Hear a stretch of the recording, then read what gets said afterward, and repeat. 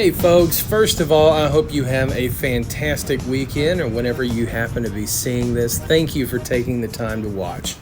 I appreciate that investment of time. That means more to us than anything. Me and Lori are out doing something we really enjoy doing, and that is going up and down the Mississippi Gulf Coast. Today, we're in a unincorporated community called Ansley, Mississippi. It's about 11 or 12 miles or so from Bay St. Louis, which is the county seat of Hancock County.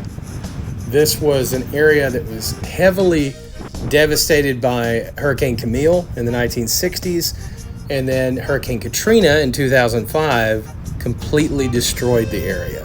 But there's still a lot to see out here, and just the beauty of this place, the beauty of nature.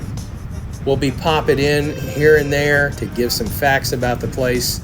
So sit back, relax. Thanks for being here.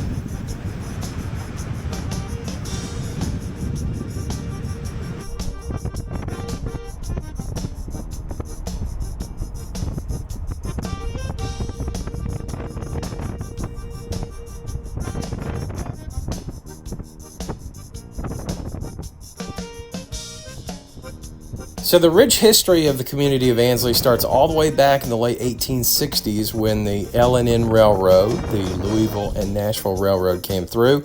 It was considered a flag stop, so they would only stop if there was freight to go on the train or if there were passengers to be picked up. And as is similar with other communities and towns that owe their existence to the railroad, Ansley also got its name from the railroad. A railroad roadmaster with L&N by the name of M.M. Ansley. This is what the depot looked like back in the late 30s.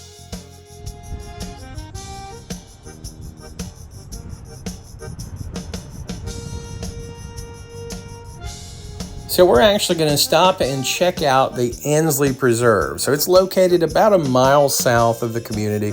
It's a wooded coastal birding trail, and it's traversed by intervening mudflat deposits with marsh and swamp vegetation.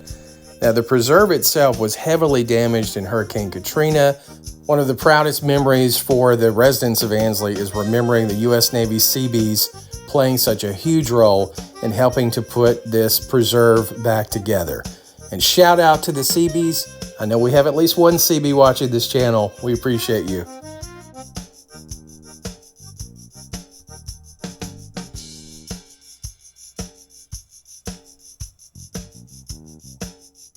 Not far from the preserve is an old fishing village that sprang up around a navigable waterway called Campbell Bayou. And along the bayou, embedded in the coastal marsh, is a linear stand of pine and acorn trees.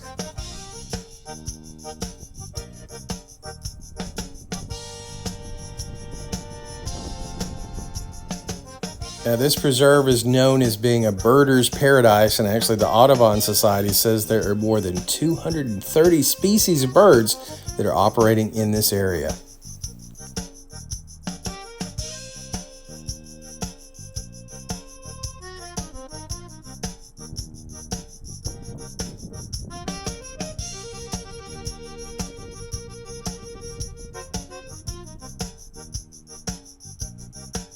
Now, unfortunately, I do have to report that while we were at the preserve, we did not see any birds, but we know that they are there.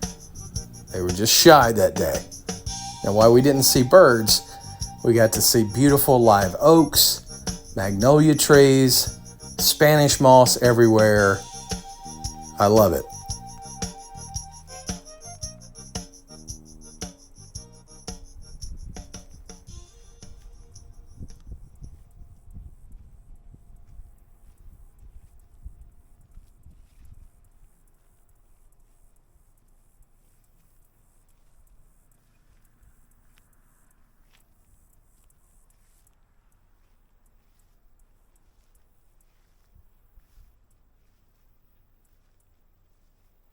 We're going to make our way over to the wooded platform here at the preserve. And as you can imagine, the early pioneers in this area had a very hard scrabble existence. They survived by fishing, trapping, hunting, and believe it or not, raised livestock such as hogs, chickens, cows, all the while being surrounded by these marshlands that you'll see in just a second.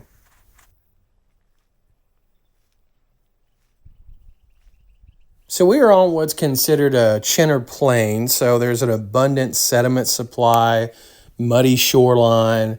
It's from a French word that means oak groves. Now you may be asking yourself, are there alligators out here? There most certainly are. But believe it or not, most alligators will not come around humans. And if they do, run away. Unless, of course, you're a true Cajun, and well, you're not going to run from anything. And we can see an absolute abundance of swamp vegetation, and that's why it continues to thrive as a coastal birding trail. It's a hot spot for songbirds in the spring and fall, and the preserve is maintained year-round by the Mississippi Department of Marine Resources.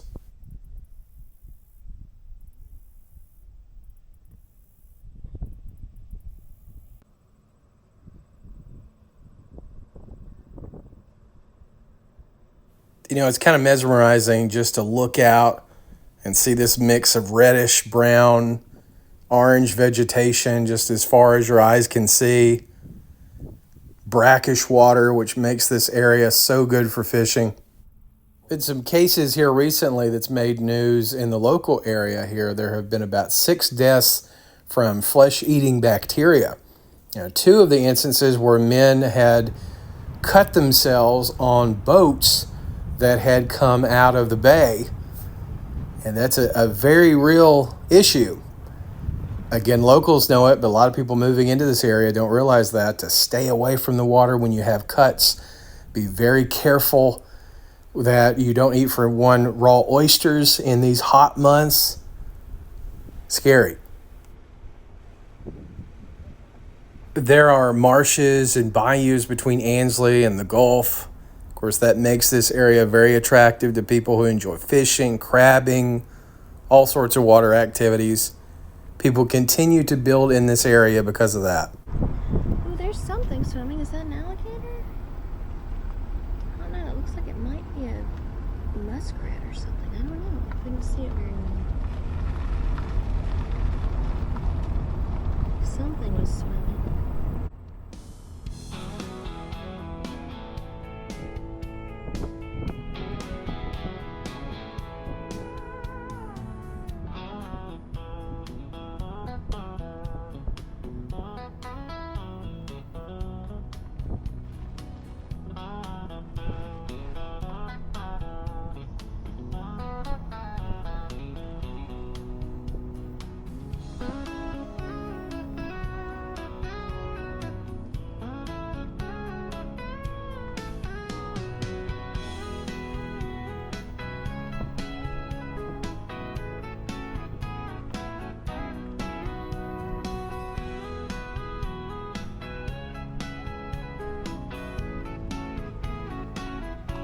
Of course, because of the danger of hurricanes, you see most of the homes in this area built up on stilts.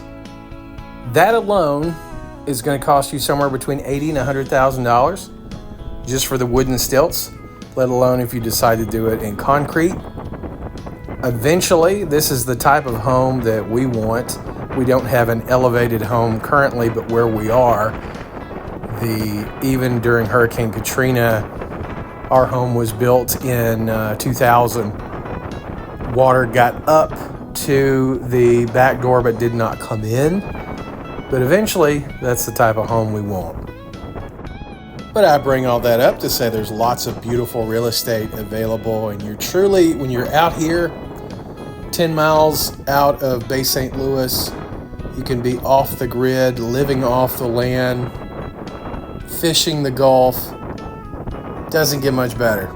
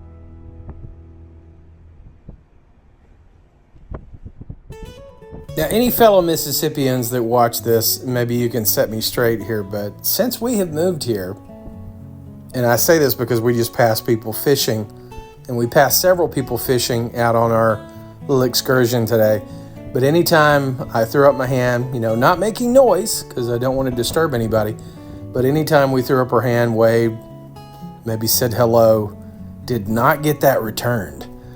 And that's very unusual for the South. Tennessee, Alabama, where I did most of my growing up, that was very common. Arkansas, South Carolina, where we have lived, same way. But for whatever reason, not just here as we're going through Ansley, but it's not a common practice here. And maybe because it's such a mix of people here on the Gulf Coast. I don't know. And I will say, you see somebody out in their yard or somebody going in and out of their house, absolutely. Ton of waves. I know this is a silly conversation to be having, but I'm a Southerner. These are important things to us.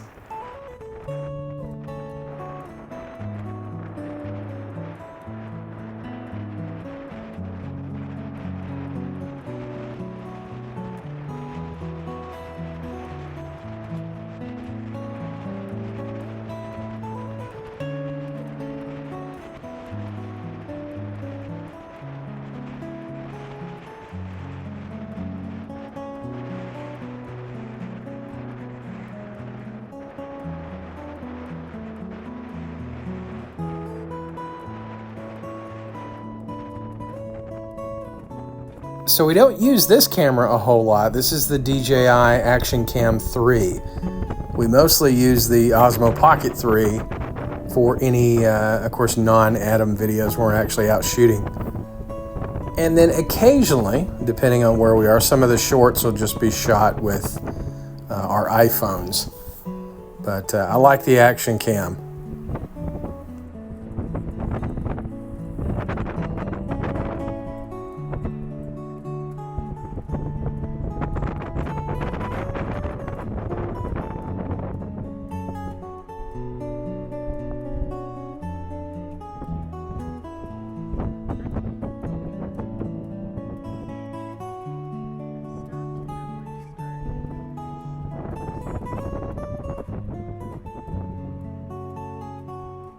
Thanks so much for joining us, everybody.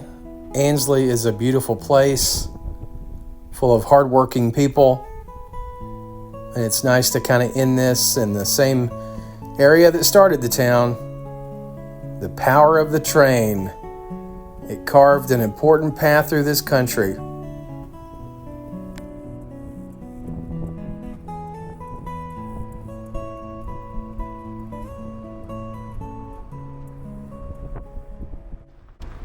I like how that sign just says the end.